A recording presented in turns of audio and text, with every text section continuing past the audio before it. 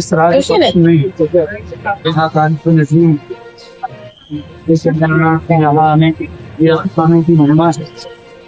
विश्व महिमा के तक 108 श्रीमद् भागवत कथा, गीता पाठ, धर्म पाठ का पाठ सभी के यजमानत में सभी के कल्याणार्थ किया गया है। और इस कथा का यही शीर्षक संस्कृति और बचाओ, उनका संरक्षण, संस्कृति का संरक्षण जल्द से जल्द व्यवस्था कीजिएगा। सभी संतों को भोजन सामने ही किया जा रहा है, व्यवस्था हो रही है। सनातन परंपरा जल्दी जो संस्कृत ज्यादा सेवा करना चाहते हैं वे सेवा करने का प्रोग्राम हो रहा है। शांति का जीवन दे सकती है और परम स्वामी का जीवन दे सकती है। सनातन के शिवाय संसार में सार प्रेम कोई संस्कृति नहीं है जो सब जीवों से ये ही इसका उद्देश्य है। और आज संत समागम, संत सम्मेलन का जो उद्देश्य था उसके पीछे ये था कि सभी संतों का हृदय और पावन जो कथा है, ये कथा तभी सफल हो जब संतों का आगमन हो। तो आज पावन संतों के आगमन से उज्जैन में ये कथा भी सफल हो गई और पितरों का भी उद्धार संतों के वचनों से, अमृत के समान जो वचन कहे गए कथा तो है पितरों के उद्धार के लिए, पर संतों का जो वचन है वो भी पितरों को तारता है और आने वाले भविष्य वो भी तारता है। इसलिए सभी संतों के साथ मिलकर के उज्जैन को संतों को दर्शन भी करना था, हमको सबसे मिलन भी करना था। तो ये सौभाग्य मुझे मिला कि सबका दर्शन भी हो गया और सबका यहाँ आत्मी साक्षात। कथा का समापन कब किया जाएगा और क्या हुआ कार्यक्रम होगा? कथा के समापन का जो समय है वो 31 तारीख है, अर्थात सर्वपितृ अमावस्या के दिन कथा शाम को 4 बजे विश्रांत होगी। और इसी दिन यहाँ पर सभी पितरों के नाम से यहाँ पार्वणी श्राद्ध भी किया जाएगा। जिनके परिवार में कोई सदस्य नहीं है, श्राद्ध करने वाले कोई नहीं है, हमारे देश में अनेक लोग हैं ऐसे जो नगर पालिका, महानगर पालिका के द्वारा ही जिनके संस्कार होते, जिनका कोई देखने वाला ही नहीं है, तो उन सबके नाम से सर्वपितृ अमावस्या को दिव्य देव पितृ श्राद्ध हम करने वाले हैं। उनका भी कल्याण होना चाहिए। उस भाव से कथा और श्राद्ध की प्रक्रिया जो है 31 तारीख को पूरी होगी।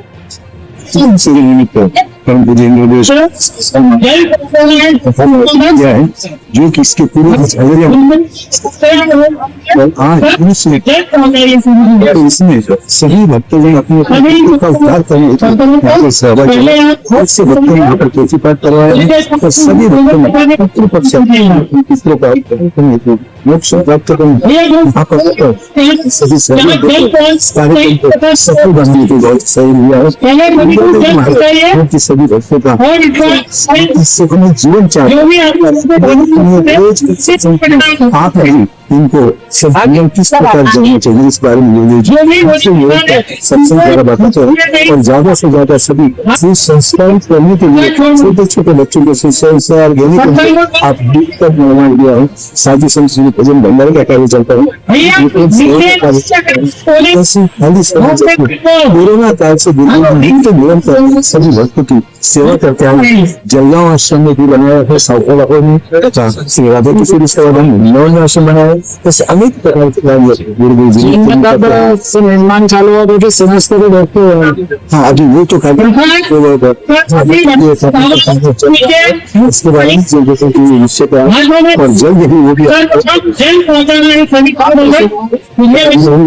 शर्मा बोलने जी का शिष्य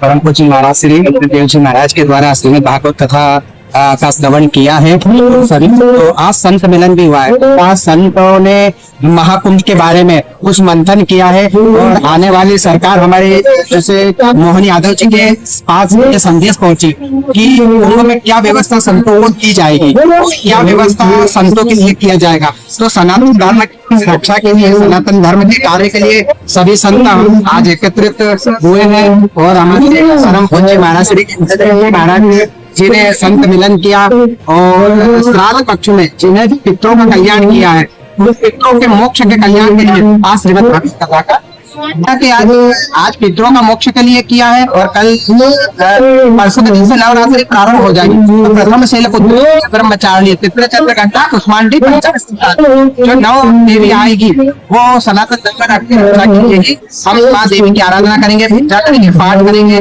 ताकि सत्य सनातन धर्म की रक्षा होती है। महाकाल की धर्म धरा पर लगातार धार्मिक आयोजन हो रहे हैं और आज ये जो आयोजन है अद्भुत आयोजन इस नाते भी है कि श्रीमद् भागवत कथा के महापरायण के अवसर पर हमारे गुरुवर श्री इंद्रदेव जी महाराज के द्वारा आज व्यासपीठ से ये निवेदन किया गया कि शहर के सभी संतों का दर्शन होना चाहिए, उनका समागम होना चाहिए और उनका सम्मान होना चाहिए। तो आज हमने यहाँ पर उन सब संतों की उपस्थिति में इस संत समागम किया और इसी के साथ उज्जैन की धर्मधरा के लिए एक संतों की बड़ी बैठक भी हो गई जिसमें निर्धारण किया गया कि शहर में आगामी सेहत को लेकर जो जो योजनाएं हो सकती है वो सब संत मिलकर उन योजनाओं का प्लान करेंगे, उन योजनाओं को लिपिबद्ध कर राज्य शासन को भेजेंगे और उनका क्रियान्वयन कराएंगे।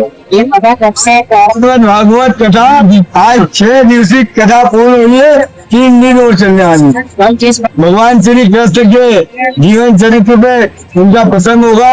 आज उनके जन्म का उत्सव व्यासपीठ हो गया है। यही कार्यक्रम